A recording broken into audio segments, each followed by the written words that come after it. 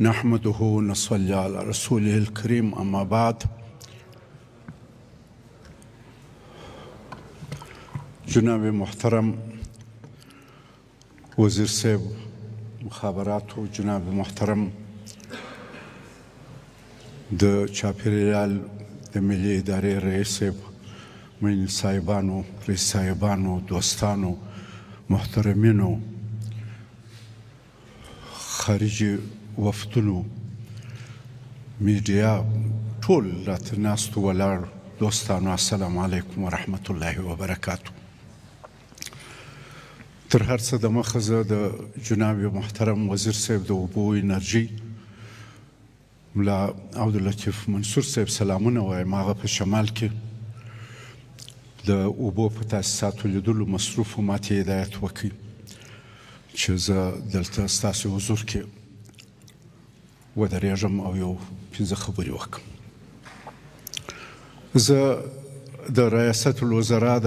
سیاسي مرستیالو د په عین حال کې د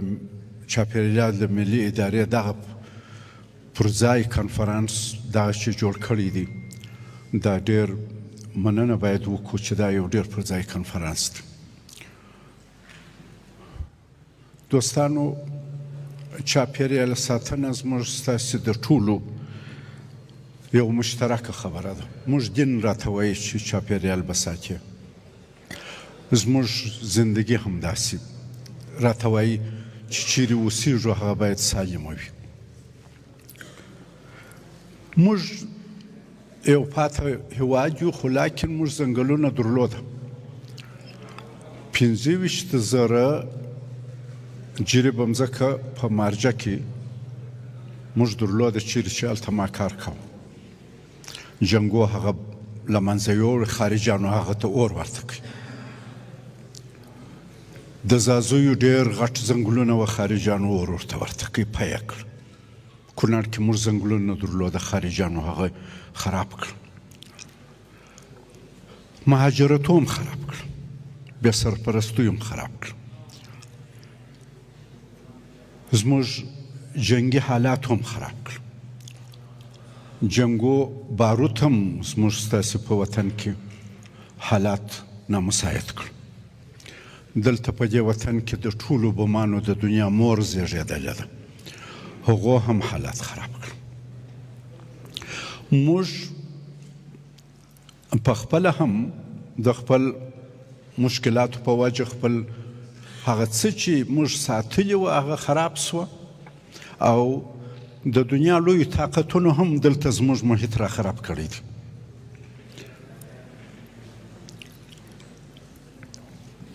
زما ډېر ځنګلونه په یاد دي چې زه ځوان وم، په دې ملک کې ډېر ځنګلونه وه، او اوس هغه نشته. لاکن اوس چې امن دی، اوس چې الحمدلله حالات مساعد دي، زه وایم چې د دوو کسانو یا د دوو اړخونو یوه غټه ذمهواري ده. اول د نړیوالې ټولنې غټه ذمهواري ده چې زموږ په وطن کې تخریب تر ډېره حده نړیوالو کړی دی. ما درته وویل چې دا ځنګلونه زما خپله په یاد دي، او دا مې هم په یاد دي چې غټو طاقتو دا ځنګلونه پی کړه، دا ځنګلونه یې ووهل. اوس دا پکار ده چې هغوی په دې لار کې مرسته وکړي، دا ځکه چې جنګ ختم سو او دښمني باید نوره ختمه سي. او د دښمنۍ د ختمېدو یوه لار دا ده چې نړیوال راوړاندې سي او د هغه د دښمنۍ اثار دوی خپله ختم کړي. دوهمه خبره دا ده چې نړیوال باید دغه بین المللي ناورین په سیاست پورې ونه تړي.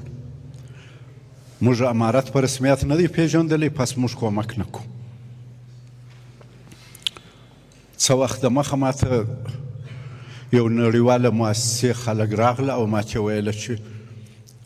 موږ پیسه لرو، خو چون امارت مو په رسمیت نه دی پیژندلی، نو موږ هغه د خپلو انجیوګانو، خپلو ادارو له لارې کومک کوو. ما ورته ویل دا هغه کار دی 20 کاله تاسې دغه غلط کار کړی دی، اوس یې بیا کوئ.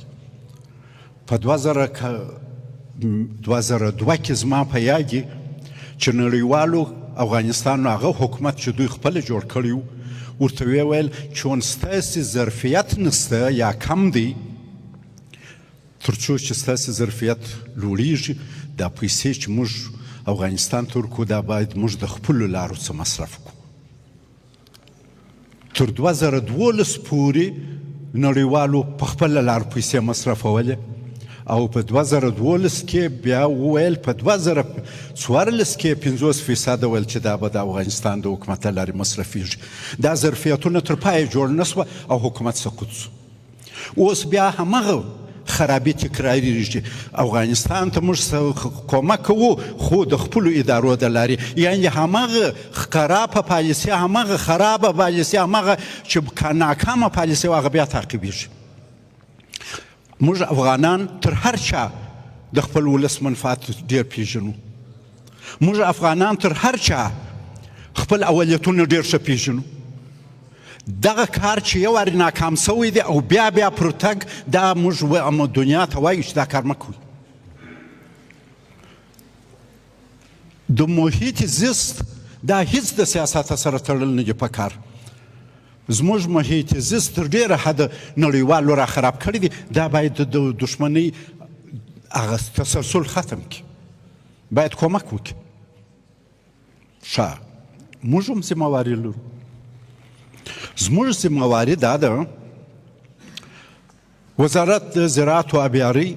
لویه ذمهواري لري د ځنګلونو په بیا احیا کې باید کومک وکړي باید کار وکړي باید پلانونه جوړ کړي باید د هغو سره ډېر کار وشي ښه دنیاوال هم باید کومک ورسره وکړي ما درته وویل چې دا د نړیوالو ذمهواري ده فرض یې دي د دوهمه خبره چې ډېره مهمه ده هغه دا ده چې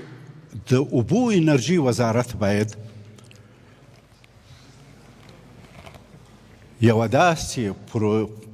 کار چې دا اوس هم روان دی موږ باید هغسې انرژي تولید کړو چې هغه هوا نه خرابوي د باد په ذریعه انرژي د لمر په ذریعه انرژي د نورو انرژیانې چې هغه صافي انرژیانې دي د اوبو مګر دا نړیوال کومک ته ضرورت لري او نړیوالو بیا دا په سیاست مربوط کړی دي یو په حقیقت کې یو ویشیس سرکل دی یو شیطاني دایره ده چې روانه ده زه ستا سره کومک نه کوم ځکه ستا په رسمیت نه پېژنم مګر زه به څنګه زه په حیث د یو مسؤل کس چې په یو وزارت کې کار کوم زه دغه وایم چې راځئ چې د لمر د انرژۍ څخه د خپل ژوند د سمون دپاره انرژي تولید کړو زه کومک ته ضرورت لرم